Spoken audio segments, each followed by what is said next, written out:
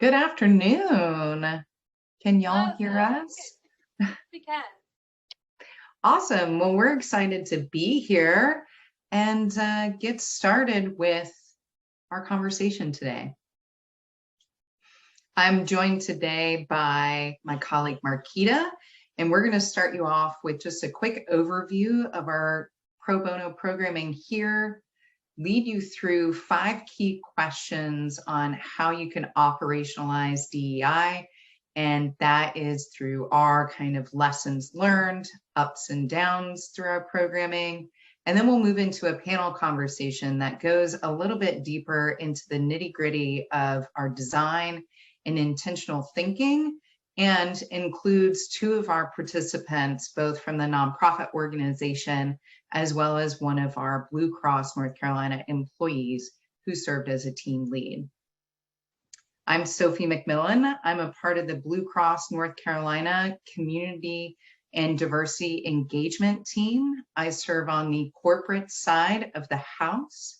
I use she, her pronouns. And for those of you who might not be able to see me, I have medium reddish wavy hair. I am a white woman with a blingy nose ring. So I am going to pass it over to my esteemed colleague, Marquita, and then we'll get rocking. Perfect. Thank you so much, Sophie. And good afternoon, everyone. I am ecstatic to be here. I'm Marquita Bono. I'm Program Officer with Blue Cross Blue Shield Foundation of North Carolina, and we're a health funder throughout the state of North Carolina. My pronouns are she, her, and I love the descriptions. I'm Black female with what color jacket do I have on? A gray jacket.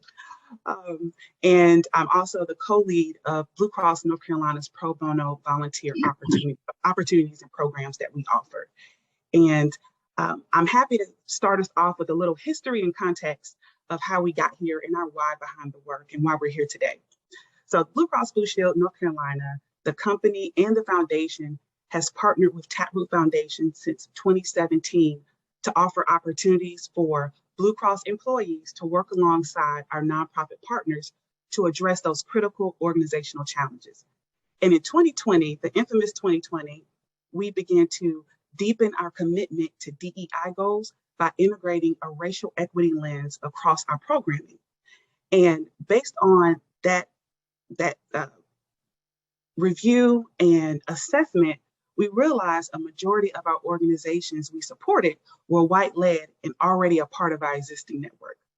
And so based on that information, we intentionally redesigned our pro bono programs to support nonprofit organizations that promote health equity and are led by and explicitly serving Black, Latino, American Indian, and other communities of color.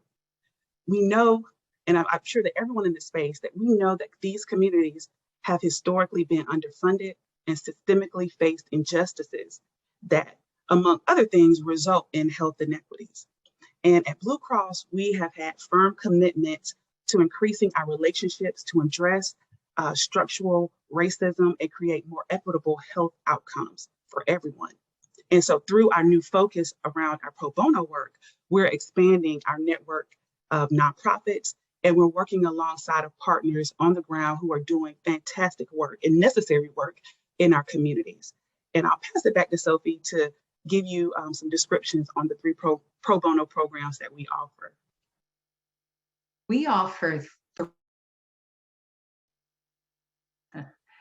3 different types of nonprofit pro bono programming. There is, and some of that is based on meeting our employees where they are, along with offering opportunities that help nonprofit organizations meet their needs. So we have 3 different programs. Each of them are kind of designed around time-based commitments. So our first one is called Speed Consulting, and it is a half-day session where groups, small teams of employees partner with nonprofit organizations to provide a 90-minute consulting session. So for those of us in a corporate setting, think of this is your phone a friend. When you're trying to review a software And you really just need to call up your friend in IT and that IT department to talk about what kind of software should you be thinking about, what would be the best use for housing this data, something like that. That is a question that you can have an open conversation with and get a strong recommendation walking away from. Those of us in a corporate setting have the ability to phone a friend, and this speed consulting opportunity is a way for us to provide that to nonprofit organizations who might have smaller teams or not have that same ability to be able to call a friend within their company. We also offer what we call Pro Bono Day, which is where teams of employees will help about 6 to 8 nonprofit organizations to look at a challenge and a project they can pretty much solve within a day. So these are really concrete, time-based programs and projects. Think database creation of a small type of inventory type database, or maybe it's the nonprofit organization presenting a marketing and brand plan and going through it with detail with a team of employees to talk about where there are strengths and places to pull out or change or something like that. So something that can be generally accomplished within a day. And then the last program that we launched and piloted 2 years ago is our long-term pro bono program. And that is a 10 to 12 week program that we match nonprofits with teams of Blue Cross employees for that full engagement. Typically, these are deeper, more meaningful projects because they take up more time. Things like a strategic plan, or maybe it's a full financial analysis. Sometimes it is an integration into a new database platform. It's something that is going to take 10 to 12 weeks and sometimes a little bit longer based on the employees and nonprofits if they want to keep working together. So those are the 3 pro bono offerings that we have here. And we'll primarily focus on how we integrate diversity, equity, and inclusion within all 3 of those. But one of the ones we'll highlight is our longer term engagement. Marquita? Perfect. Thank you so much for going through that, Sophie, and explaining our programming. And so here on this screen, you'll see some practical steps to operationalizing DEI into your pro bono programming. And as the Blue Cross team, we were talking about, okay, what could we offer and share that would be useful to the group? And out of the conversation came 5 key questions that we used to redesign our program to really help create those outcomes that we're hoping for. And so Sophie and I are going to go through each of these questions, and hopefully through that, it'll spark some ideas or have you all do some self-reflection on your own programming. And so I'll start with the first one. The first question is around nonprofit recruitment. And the question is, who are you recruiting? So we want you to think about your DEI statement. Especially in 2020, a lot of organizations created DEI statements, racial equity goals, and values. And so think about, how does that tie into your pro bono work? Or how does your pro bono work or program tie into your organization's overall mission around diversity, around racial equity, around addressing and meeting communities where they are? And so when you think about the nonprofit focus, what worked for us at Blue Cross is that we increased our diversity of organizations that we supported overall because we recognized that we had a racially homogenous network, right? And because of our organizational goals, we were able to shift our focus to recruit new and diverse nonprofits.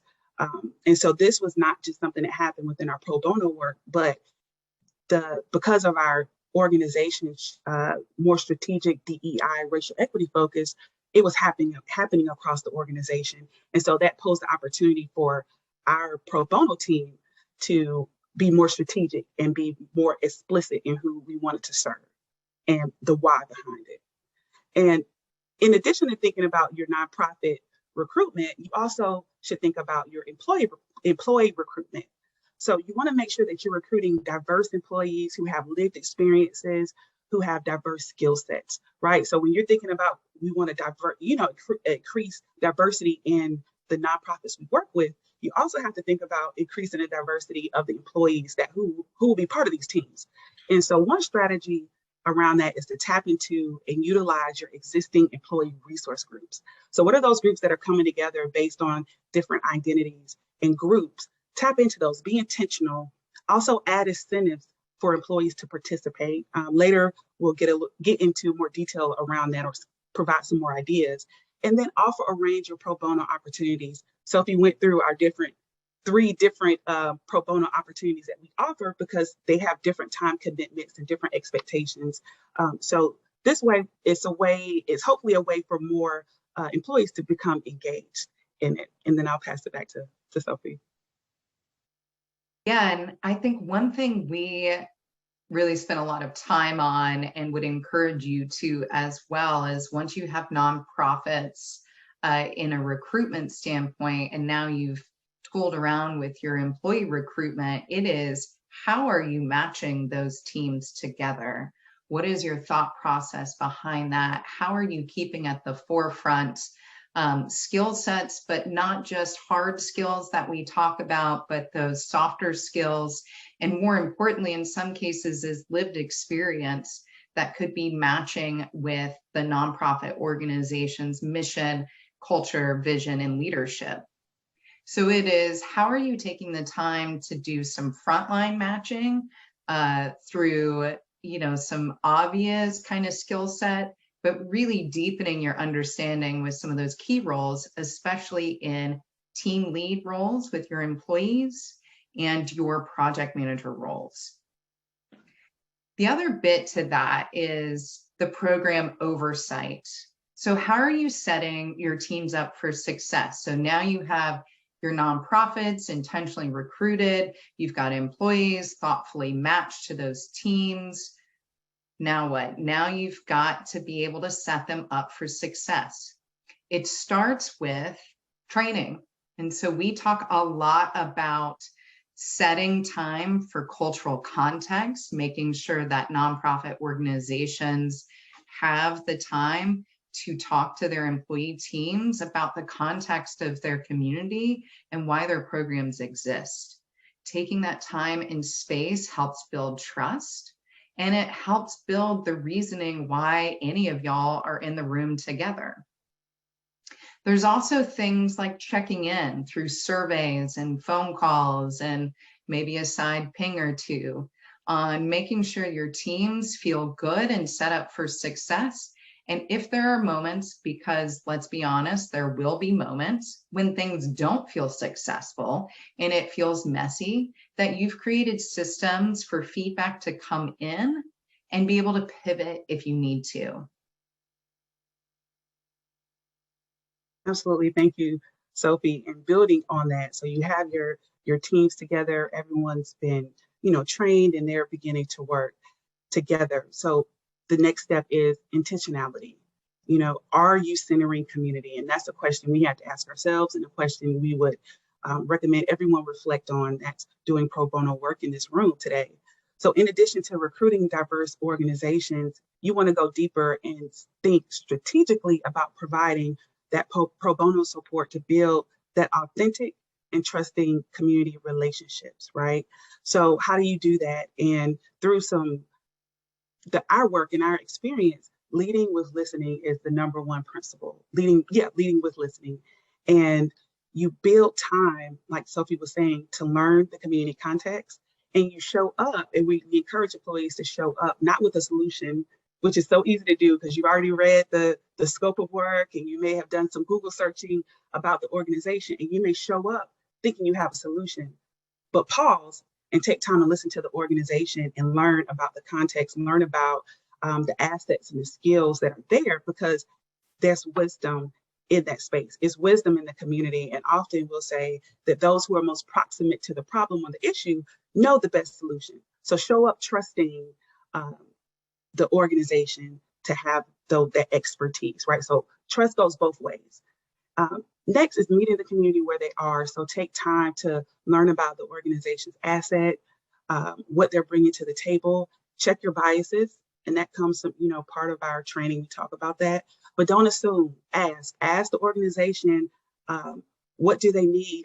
What's the best way for us to meet? What's the best time?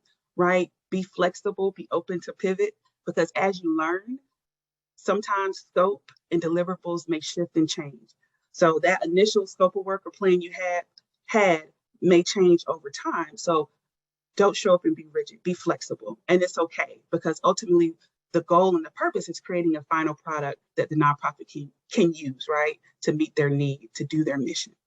And then lastly, under this same vein, is showing up differently.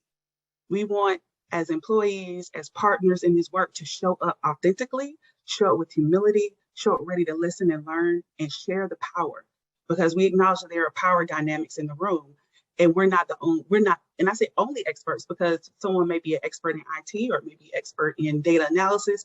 However, the nonprofit partners are experts in their community, experts in the work that they're doing. And so we want to make sure that we're managing for that. And ask yourself, if you're planning these projects, are you creating a supportive space for nonprofits to show up authentically?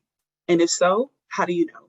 Track on that, capture that. And if not, what are some things you can change? And just some reflection around that. And the last piece to this work, or the fifth question, is around sustainable and implementable program outcomes. So are you providing ongoing support? And Sophie in her piece mentioned about frequent touch points, ways to check in with the groups. And I will say this, when you have more frequent touch points, be prepared for some uncomfortable conversations, because you'll begin to catch some things that may not be working well in a group earlier on, right? And remember that each team member or person, a part of this team, brings their own background, their own culture, their own dynamic to this space. And from that, there will be conflict. There are various dynamics that are at play, and conflict will arise. But our role as program leads are to be facilitators, to show up. So when you have feedback from a survey or feedback from a check-in call, that we address it very soon. And the Taproot team has been excellent and very helpful to Sophie and myself with making sure that we address these conflicts that arose, that may have started small and may have if we caught it before it could have escalated, caught it before the very last week of, let's say, long-term programming. So you want to make sure that you're having those check-ins. And lastly, building trust is really important, and want to rely on building trust, and know that it takes time to build trust between employees and nonprofits. But one of the best ways to do that is to do what you say you're going to do. So if we say we're going to show up with humility and show up authentically, do that. If we say we're going to center the community, let's do that. If we say we're going to hold a meeting at a certain time and we're going to start with listening and not show up with solutions, let's do that. And through that process, you begin to build trust with community, which will ultimately provide the best product, right? The best end result, and ultimately lasting relationships between your organization and the community. And we had a lot of aha moments especially in particular this last year, we had a lot of aha moments. But a few of the learnings that we had along the way that we want to share with you all is that pro bono work should be one piece of your investment pie, but not the whole picture. So at Blue Cross, we use the pro bono programming to establish new relationships. Remember I told you, oops, Lord, I went the wrong way. Okay, sorry about that. So I told you that we had a racially homogenous group, right? So one of our goals was to expand our relationship, expand the diversity, and get to know more nonprofits and communities, nonprofits on the ground who work with communities of color and led by communities of color. And so through this work, we established new relationships, and then we deepened current relationships and used our current relationships to support the nonprofits that we're already supporting by working to strengthen their capacity through the pro bono work. So this expanded our networks, our funding relationships, especially coming from the foundation side and the corporate side through their grant making And then this is the opportunity, again, for new relationships. And pro bono is a way to increase that diverse pipeline, right? Sometimes nonprofits or organizations don't even know how to even get to the table or where it is, or how do we build relationships, or who are the people we should be talking to, telling them about the great work that we're doing. Well, pro bono work is one way of building that pipeline and begin to have that engagement with community. And I would say, we don't recommend that this is a one and done model where you just engage through pro bono work with your new partners and then that's it. This is just one, or the first, if you don't know these partners, the first touch point can be through our pro bono work. And then the last piece, and Sophie alluded to this a little bit and talked about it, but this work will get messy. Okay, you may hear us talk about that throughout the panel discussion, but it can get messy, but it's worth it. It's about progress, not perfection. As we build trust, organizations will open up to you more. And that's something we saw in this last year, is that as we had, these weren't the first touch points. We had already had some of these nonprofits were partners of ours or part of cohorts that we were investing in, and they began to build trust in us. So they spoke up about what's working for them and what was not working for them. Whereas in the past, we didn't necessarily have that. Everyone's like, oh, everything is perfect, when it may not have been perfect. But the good thing about organizations trusting us and being able to speak their truth to power is it only makes us better partners. It only helps us to refine our programming. It allows us to learn. It allows us to have those tough conversations with team members about how they're showing up, because they may not know, right? There's a lot of people who sign up. Well, I think most employees who sign up for this care about the work, care about the mission, care about giving back. But sometimes people show up with their different personalities, cultural differences, the backgrounds are at play, work styles, and then considering that we work within white supremacy culture, like all these things show up. And so we have the opportunity to address those and have those tough conversations. But embrace the mess. I'm going to hashtag embrace the mess. It would not be perfect, and that's okay, because that's a part of the process. That's a part of the work. When you begin to get deeper, it will get a little messy. But if you have a strong team around you, so that you can talk it through and then reach out and allow this to be learning opportunities for all the partners involved, it will benefit the community at the end. And that's our ultimate goal. Thank you. And now I think that I know that we're going to have some conversation around what that looked like for our team and then our community partners in the work. And so I'll pass it to Sydney.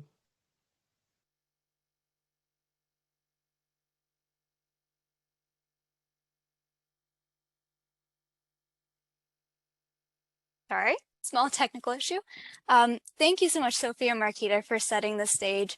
I am really excited to move us into the panel portion of the session to really dig into those 5 questions a little bit more and give you more specific examples of how we operationalized DEI and those 5 questions in a recent 12-week long-term pro bono program that we ran with Blue Cross North Carolina.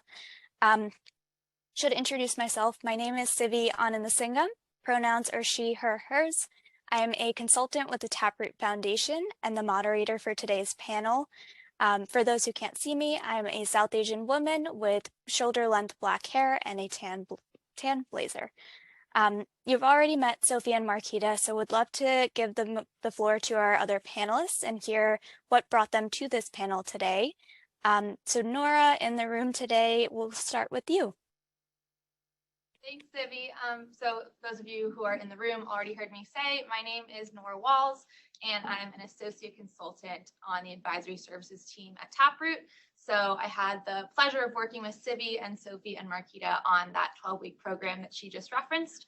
My pronouns are she, her, and for anyone who can't see me, I am a white woman, medium-ish brown hair, black turtleneck. And very excited to be here because I think this is a really special program that we get to talk about. So I will now hand it over to Soyini. Hello, everyone. I am Soyini Abdul-Mateen, a principal product developer with Blue Cross and Blue Shield of North Carolina. My pronouns are she, her. those that cannot see me, I am a Black woman with a brush cut, very, very low, and a hoop, glasses and a hoop earring in my nose. I was the team lead for our program, for the long-term pro bono program with Wounded Healers. And it was the most inspiring work, but I'm sure we'll dig into that. But I love being here. Thank you. Thank you, Soyini. And next I'll pass it over to Terrence. Hello, my name is Terrence Johnson, he, him, his pronouns, and I serve as the interim executive director of Wounded Healers of North Carolina. And I am wearing a blue and white shirt, button-down shirt, have about shoulder-length locks, and I'm an African American male. And what we do at Wounded Healers of North Carolina is we provide peer support, so one-on-one mentoring to individuals being released from incarceration in Orange and Durham County, North Carolina. And what makes our organization unique is that it's led by people who've lived experience of organization. And that is the model that we're using, is that our one-on-one mentoring is provided by people with lived support, with lived experience of incarceration, coupled with certified peer support specialist training as well. So I definitely appreciate the intentionality of Blue Cross Blue Shield to design this program, and had a great experience working with Soyini on this project as well. So I'm happy to share my experience as well. Excellent. Thank you so much, panelists. So let's dive right in. I wanted to highlight first one of the things that I loved most about working on these programs with Blue Cross is the intentionality behind the nonprofits that are selected. So supporting nonprofits that are led by and explicitly serving Black, Latino, American Indian, and other communities of color, as well as the other side of that in taking the time to educate Blue Cross employees to create a supportive space for these nonprofits to participate. And Marquita, you highlighted this earlier, but we know that nonprofits already face challenges in needing to keep overhead costs low, but program impact high. And for nonprofits led by and serving communities of color, those disparities are even greater. So less access to funding and pro bono opportunities, which means smaller teams and fewer resources. And so I'd like to start the conversation first by turning it to you, Sophie and Marquita, again, to tell us a little bit more about how you selected the organizations that you wanted to support this year in this year's pro bono programs, and how Blue Cross's DEI statement and racial equity values helped guide the intentionality behind that selection. Well, I'll start with it. It was hard. It was hard to select organizations because we had a strong group of organizations, which to me felt like a marker of success to some degree. We had an incredible group. And for us here on the corporate side of Blue Cross, our purpose statement is to improve the health and well-being of our customers and communities. And then we have a little tagline that says, we won't stop until healthcare is better for all. And that for better for all is where we ladder up all of our diversity, equity, inclusion goals and work, but also unlocks for me and my team and the community and diversity engagement side, deep understanding and commitment to health equity. So that means recruiting organizations working in communities that have been historically marginalized intentionally in order to increase the health outcomes, because we believe that we won't stop until healthcare is better for all. Absolutely. And a lot of what Sophie said, I echo that for the foundation. Same, similar, same organization or same umbrella. And our mission is to improve the health and well-being for everyone in North Carolina, right? So very similar to the corporates. And with that focus, we have begun to do more funding, provide more funding opportunities. I'm trying to think of the right way to say it, but provide more funding opportunities to identity-based groups, or those groups that have been underserved or underfunded rather.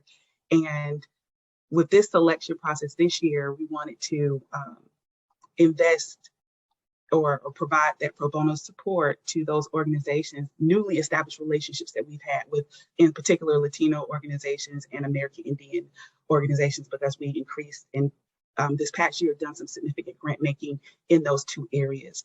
And so we saw that this pro bono program and opportunities would align greatly with the work that the ongoing investments and work that we're doing to support our Latino grantees, and not just the grantees that we have, but also their networks. So we utilize them as a way to share with some of their networks that they're a part of, like some of those smaller nonprofits that may not even know that we offer this type of service or this service is available to them. So we were able to do that. I echo what Sophie said. It was very difficult because we have limited space, but I would say that it was successful, and we had some great partners that showed up and participated in the program.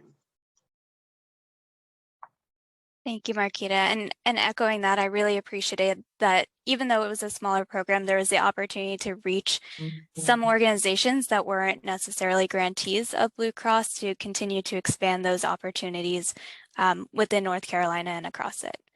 And so with that, I also want to turn it over to Terrence.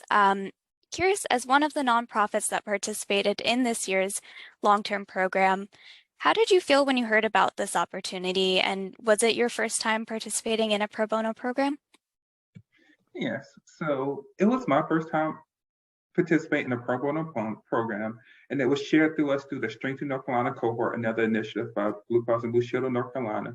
And what I saw this as an opportunity, what made me interested in flying is that it, as a small nonprofit that's just getting off the ground, is that we definitely need additional resources, and the staff cannot do all the work that needs to be done. So it's a great opportunity to get external support for an important initiative we need to achieve to build a more sustainable organization. So that was a great opportunity to get some external support where the staff doesn't have to lead a big initiative for the organization as well. Thanks, Terrence. And as a nonprofit staff member, I understand completely. We're small, we work small and mighty, absolutely, and wearing multiple hats. So understand the opportunity for reaching out to different resources. And looking at the other side of this, of course, we have the nonprofits that were intentionally selected for the program, as well as looking at the employees that are intentionally recruited to support these nonprofits. And so, Nora, in the room, I'd like to turn it over to you to speak a little bit more about how we match teams. So thinking about when you're approaching matching teams together to support nonprofit participants, what do you look for in an application, and what questions should we be asking employee applicants? Yeah, thanks, Ivy. So with employee matching, it of course starts with sort of the skills-based matching that probably a lot of you are already very familiar with. So we meet with the nonprofits to figure out exactly what skills are going to be most useful in supporting their projects. So that's where we start, but it's certainly not where it ends.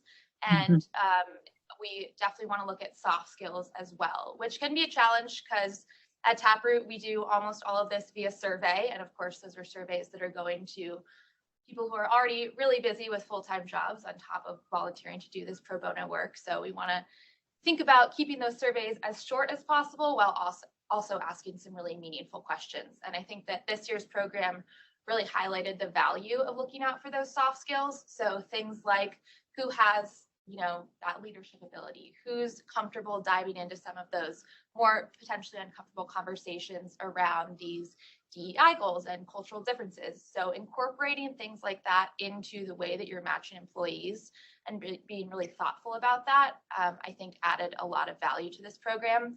And I know that we are short on time because the six of us could talk about this all day, but want to make sure that we highlight that one of the things that Sophie and Marquita made sure we did with this program, which was really special and really beneficial, was incorporate lived experience into the employee survey.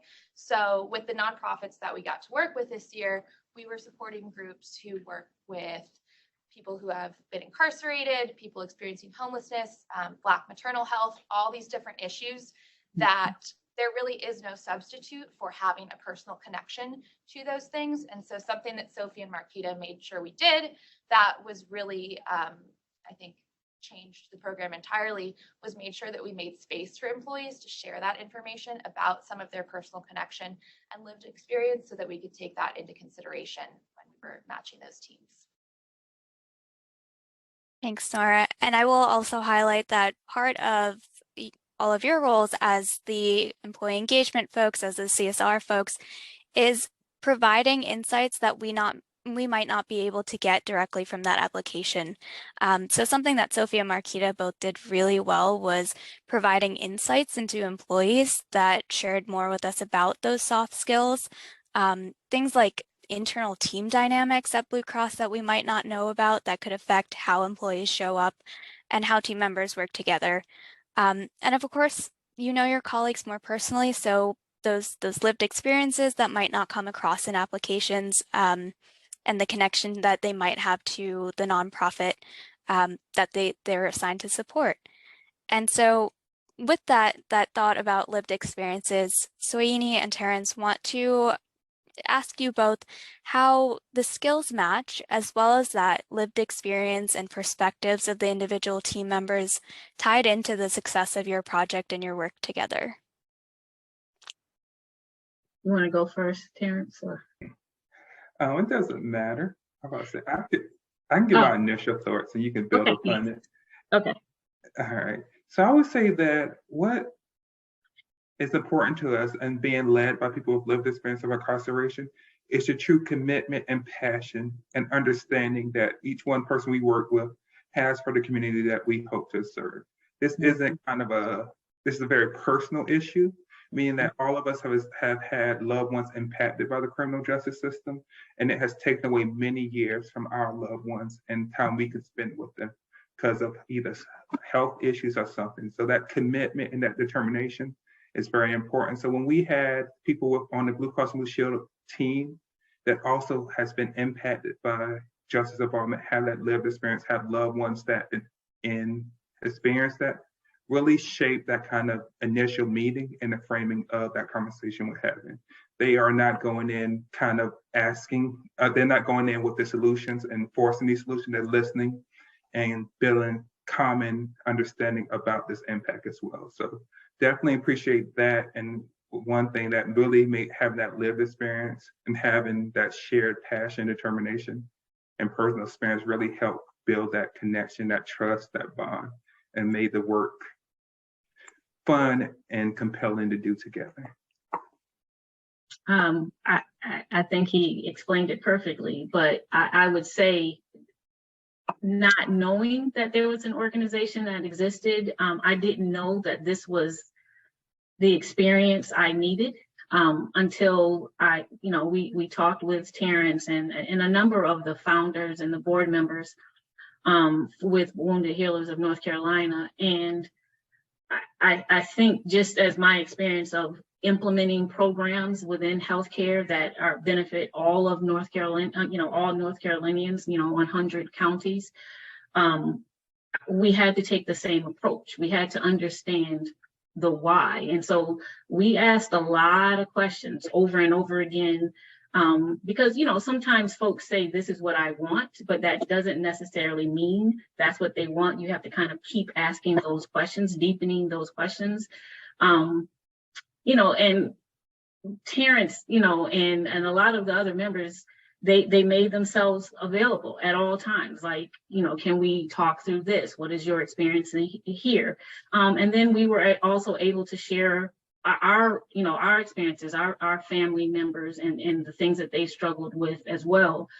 So it made it very real. And, yes, it was 12 weeks, but we aren't stopping. We actually have a meeting on Thursday to continue having the conversations because, yes, we wanted a strategic plan, but I think it's a little bit more than that. Like, we have the draft, but I think we have to go even deeper and have those hard conversations, which I'm ready for. Thank you both. And I think you two are an example of an amazing team that has continued forward. And on the other side of it, we have employees who are able to participate in just the 12 weeks, but not able to participate beyond that. And so Sophie, wanted to ask you in terms of, we know employees want to participate in this. They might not necessarily have the lived experiences that they want to connect, but will have the skills match. And we know that employees are busy, especially at Blue Cross when open enrollment hits. So what recommendations do you have in terms of incentivizing employees to participate and really prioritize and dig into this work? Yeah, I think to your point on matching lived experience, I think it's a thoughtful approach of key roles and making sure that is on the team. But you're probably not going to get everyone on that team that has deep lived experience. But Soyini as team lead, that's a key role to have that understanding and leading with empathy first. I think from a busy standpoint, we are busy. It is open enrollment. I hope y'all are signing up for your own health benefits. A reminder from all of your companies here. But we use a combination of incentives to help employees be able to take the time and want to take the time. So we use institution incentives like a Dollars for Doers program where we have $10 per hour for volunteering. We offer 8 hours of PTO for folks to volunteer. You have support from the community and diversity engagement team. So all of this work helps employees feel supported in doing a complex project like this. And then we're very open about some of the benefits that employees can have in participating in this program. So I just got chicken skin when you said this was a program that you didn't know you needed, but you really needed. And that's the kind of thing that if you could jar it up and tell people about, you should. And so we try to incorporate those experiences in our recruitment materials and in our trainings. We also encourage people to update their LinkedIn profiles, their Workday profiles for internal mobility opportunities. This is an incredible networking opportunity. There are multiple teams that have directors, vice presidents as part of them that employees might not be able to work with in other ways. We also encourage folks like Soyini to share with their manager and put this on their work plan and say, this is what I'm working on to increase my professional and personal development skills. Thanks, Sophie. Yeah. And starting to think a little bit more about, now we have all of these pluses, we've done all of the planning, we get to the time of the program. Of course, these things will vary between programs, between companies, but Sophie, Marquita, Nora, for you all, as you know, we faced some hurdles along the way between needing to adjust the scope of a project halfway through the program and managing varying personalities. So would love to hear from the three of you in terms of challenges that come with this work and what other program leaders should keep in mind as they navigate similar challenges in their pro bono programs. Yeah, I think one thing I keep in the forefront as a program administrator is whenever you cultivate a space for other humans to interact with each other, you have a responsibility to that space. So that responsibility is if something does go awry, and we had one team who had a very strong mismatch from their team leader who experienced microaggressions to the point that they felt disrespected, that we immediately intervened, had a pretty difficult conversation with that employee team lead to talk about the microaggressions, how his identities were creating bias in those situations, naming what those biases were. And then we asked him to step down from that project. And part of that is I would offer to y'all to flip the script on what the success outcome is here. Often these employee programs, we put the employees first and the experience of the employee first. And we flipped the script and made sure that our nonprofit success was first and at the forefront. which led to a difficult conversation with this team lead, ultimately asking him to get off of the project. But what happened was our nonprofit was successful, and that team leader got an experience of concrete feedback that he might not have otherwise. And my hope is that he's grown from that experience as well. I would add to that. I think where a lot of the challenges that we faced came from is the fact that a lot of what Sophie and Marquita are focused on with centering community and trying to create more equity in the nonprofit space, those things aren't necessarily standard practice in this work yet. And so people aren't always used to it. So in the incident that Sophie just referenced, where we did have that team lead mismatch, when we met with him, we could understand his frustration, because he was saying to us, well, I've sent the agendas, I've created the spreadsheet, I've done X, Y, Z. And so he was coming at it from a place of, I have the technical expertise and skills that goes into that skills match that we talked about. So I don't understand what's missing.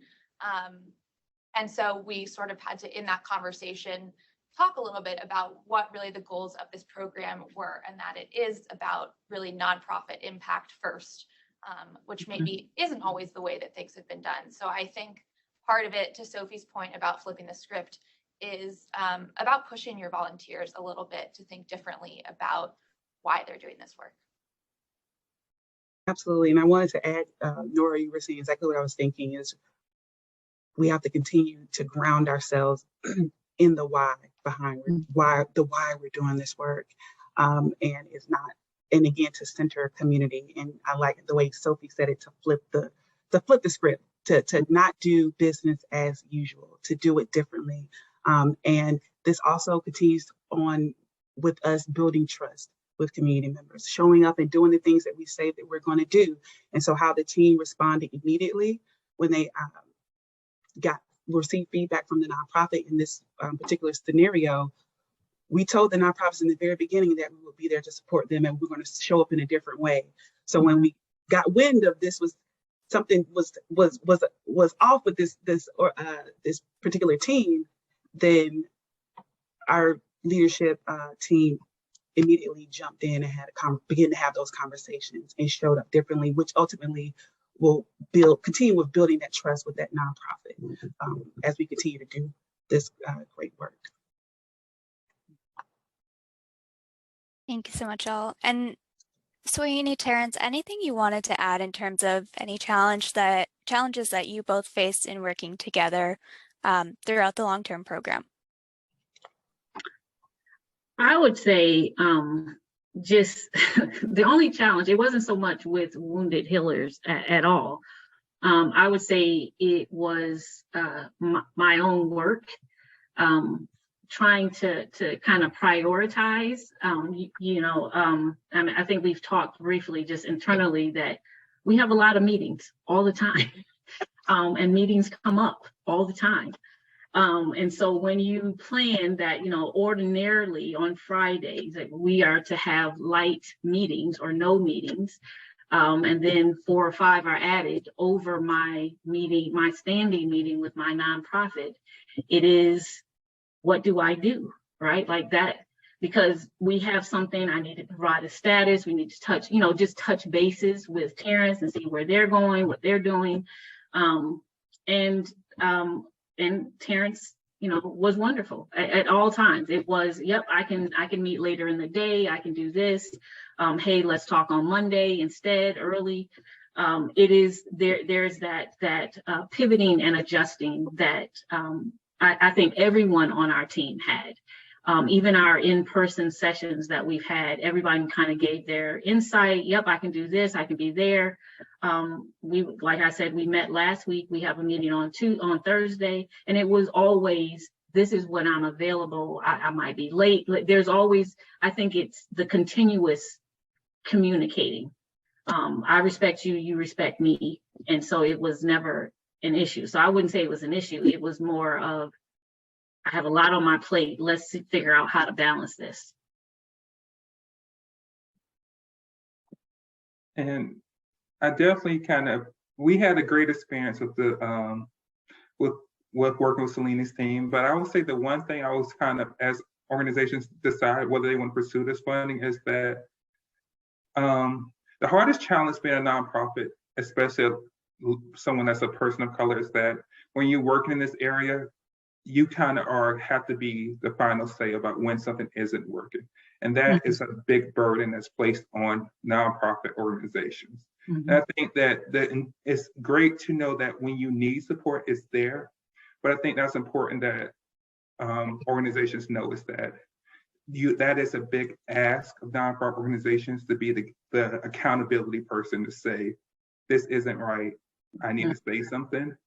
And that is something that is important to acknowledge and provide support, and also just say that, because that is an important message that the nonprofit leaders need to hear, because the goal isn't to have everything go perfect. The goal is to learn and work together.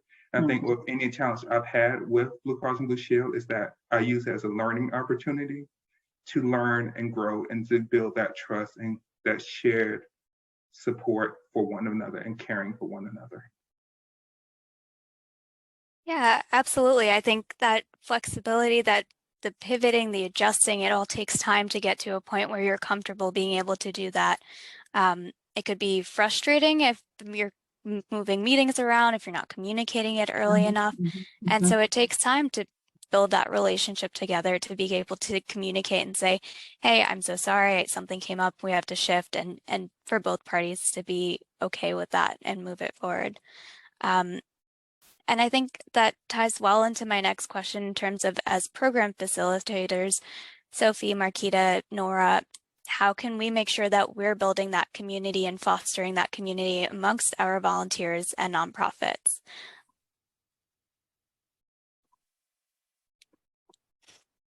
I would say just starting with, kind of going off what Terrence was sharing, starting with being open and transparent from the very beginning, showing up authentically, the team members and us as well. I think it starts with us, right? Being program leaders, because we set the tone for the entire program, but encouraging the employees to show up as their authentic self. So if you don't have that lived experience, like we talked about earlier, but you're willing to learn, you're willing to share the power and the dynamics, and build a relationship, because ultimately the purpose for this work is to create something that supports the nonprofit.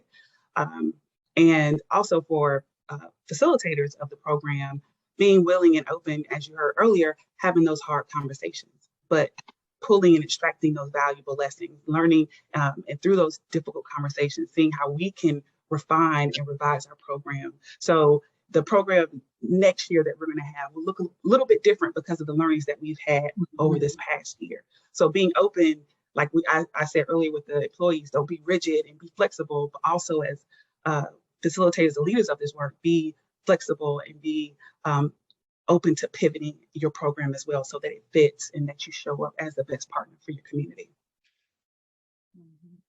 Yeah. Yeah, I think, sorry, go ahead, Sophie. I think I was just going to echo Marquita and say that humility is one of the most valuable skills as program leaders here. And Terrence just charged us all. He can't be the only person in the room calling and raising the flag if something is going wrong.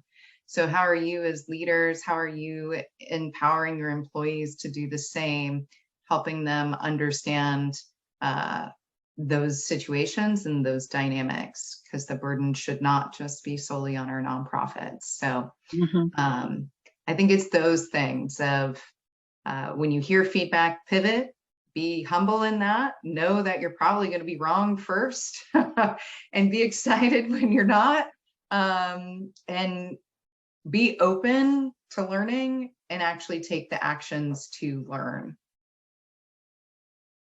I think one of the biggest ways that Sophie and Marquita were able to really build trust with both employee participants and nonprofits in this program were through those frequent touch points that they've mentioned. And I think it's important to note that there were midpoint calls where you actually get on a Zoom and talk to them, but also surveys, which I think are a good way to be mindful of the fact that you're working with often already stretched thin nonprofits. They don't have time to jump on a call with you and explain everything that's going on. But in both cases of these conflicts we've referenced that we had to sort of jump in and address, we first found out about those because of survey feedback. And I think those are really important ways to at least a little bit acknowledge what Terrence was highlighting, which is we know that things might come up and it shouldn't be on the nonprofit to have to call that out every time. It's not a perfect solution, but at the very least, you can use those touch points to make it clear that you want to hear the feedback and that if they're willing to share it with us, we will shoulder some of that burden of having to have those conversations. Well, and as we know, the work doesn't stop just because a program is over. The flexibility, adapting, continuing that trusted relationship. We know that all of the challenges for nonprofits won't be solved in a 12-week pro bono program. And so final question for you, Marquita, how does Blue Cross work to continue to build those lasting relationships with nonprofits, especially those that might not be current grantees of your program, or current grantees of your organization? Right. So our work is driven by community. Our work is driven by and I would say with Blue Cross Foundation, we're solely a grant funding organization, and our investments are and should always be driven by community input, driven by the need, and how it feeds into a larger strategy. And through pro bono work and being a part of this, we offer the opportunities for nonprofits to have one-on-one conversations with myself, also with Sophie, because they have their strategic priorities as well, and learn more about these organizations. What are they currently working on? What are some of their future goals, aspirations? How they may want to expand or deepen their work in community. And it helps us to see how they're connected to our current focus areas. I would say personally with the foundation, through some of these conversations, for example, it was a organization that went through long-term last year that had a focus on food. And in the foundation, we were doing some strategy around food as medicine and investing in nonprofits in that space. So I was able to connect that nonprofit with some of my colleagues to get them tapped into some of this food as medicine initiative work and kind of on the ground level work and investment. So I see that us having these conversations and learning more about these new partners through our pro bono work, we're creating that diversity pipeline into future funding, because we understand nonprofits have to, they need resources, i.e. dollars, to support the work that they're doing, that ongoing work. But also with us having that connection, we're able to connect them to other foundations and other partners in philanthropy who have who they're really aligned with their strategic areas. So I see that also as a way of us opening doors and making connections outside of Blue Cross with other partners in the space to support their work.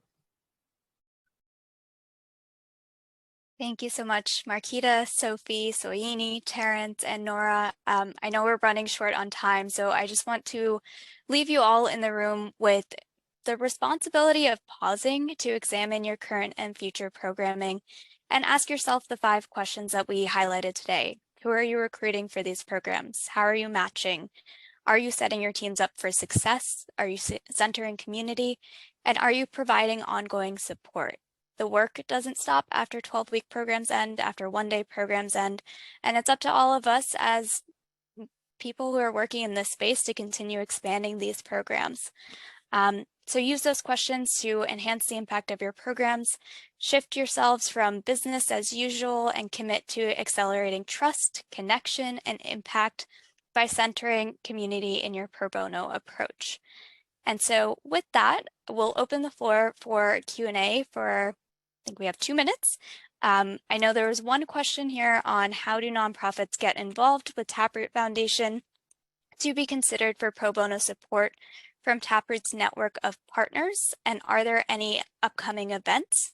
So I think with that one, check out taprootplus.org. That is where you can find out, you can submit your projects for pro bono support to receive support from our community of consultants. And if Lindsay is still in the room and wants to come off and answer that question a little bit further, we can turn it over to you. I'll use this as a little twofer excuse to get over here near Nora and to transition us into wrapping up in just a moment. That's a great place to start, taprootplus.org, because it's open and accessible to every nonprofit organization, also small businesses, educators, and a few others. So for folks who are asking that question, that's always a great place to start.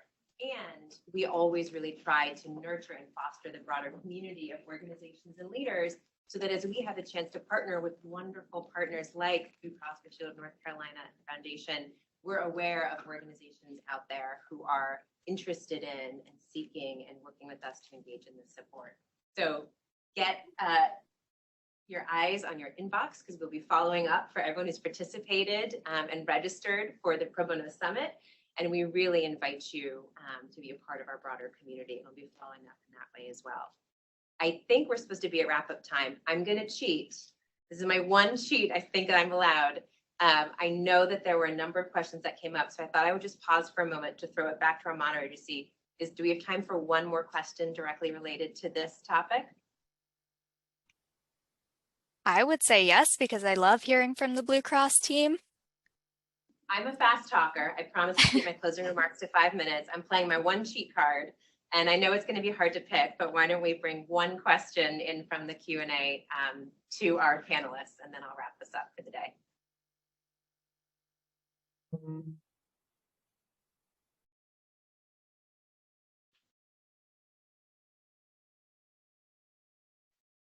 Oh, my cheat card might have just bulldozed right over our chat. All right, I'm going to put my cheat card back in my pocket. For the record, I did not spend it. I get to use it tomorrow. I just want to extend a huge thank you to our panelists who are part of this session. I so appreciate you digging into all of the insights, thought, learning, work that went into conceptualizing everything that you brought to life to this program, and what you've been open and willing to share. I know I was taking a lot of notes, and I'm familiar with this program, so I hope all of our attendees in the room and virtually are walking away with a lot of nuggets and ideas, in addition to these incredibly important questions that you shared for us all to pose to ourselves, regardless of where we are in this ecosystem of this work, to be able to bring thoughtful programming to life. So with that, this session also wraps up day one of our US Pro Bono Summit. I hope that you've had the chance to bring into this and to take away from this even just a nugget already of what we're aspiring to do, and really focusing this year's summit on accelerating trust, connection, and impact. And that's really the through line with all of the sessions and all of the topics and attendees that we've had the chance to bring together today, digging in on, pushing a bit on, poking on some of these big conversations, questions, and topics in order to really understand and advance us all forward in what can really accelerate those core pieces. So tomorrow we have some incredible sessions, speakers and participants lined up as well. I'm looking forward to bringing this conversation back into the mix there, bringing in some of the key themes from today, really demystifying and naming what those core areas of focus, how we define success, and how we're going to be designing programs should really be considered through, and what lens. Being able to be intentional about the way that we partner and bring all the assets to the table so that 1 + 1 can make 5, as we heard from earlier. And then being especially intentional. I don't want to paraphrase all 5 questions. I know we'll share them out, but being especially intentional then in how we can operationalize those learnings and bring them into thoughtful program design, and not be scared to have the hard questions, ask the hard questions, and have the hard conversations. And I hope that's the spirit we can all continue to bring back into day 2 of our US Pro Bono Summit tomorrow, and ensuring that everyone who's a part of this conversation is bringing those insights and thoughts and their full selves to the table. So with that, I also want to say a huge thank you again to our sponsors and making sure that we could all be here today, whether in the room or online, and making sure that we keep this conversation as open and inclusive as possible. So thank you again to 3M, to Johnson & Johnson and Prudential, to Comcast, NBC Universal, and to AIG for being able to help make all of this technology and connection happen. For our folks online, this is where we leave you. I hope you have a pleasant end to your afternoon or evening, depending where you're at in your day, and looking forward to seeing you tomorrow. For folks in the room, please join us for a little toast to pro bono out in the other room, as thanks for being here with us as a part of this conversation today. And I look forward to seeing or hearing all of you virtually tomorrow for day 2 of the program. Thank you.